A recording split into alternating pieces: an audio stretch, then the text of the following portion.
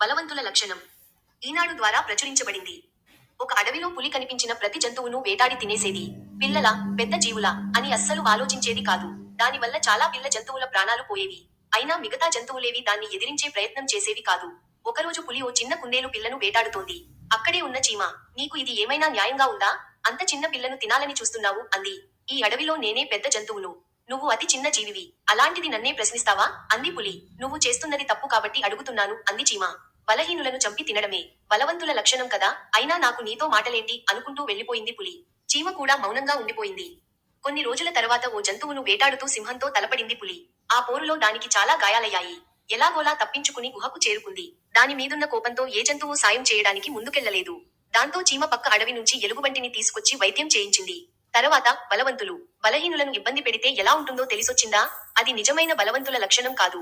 వీలైనంత ఎక్కువగా సాయం చేయగలగడమే బలవంతుల లక్షణం. అప్పుడే మంచి పేరు వస్తుంది అంది చీమ. అర్థమైంది మిత్రమా, ఇక నుంచి అనవసరంగా వేటాడి ఎవరిని ఇబ్బంది పెట్టను అంది పులి. ఇక అప్పటి నుంచి జాగ్రత్తగా ఉండసాగింది. మరిన్ని 2, 4 కిడ్స్ స్టోరీ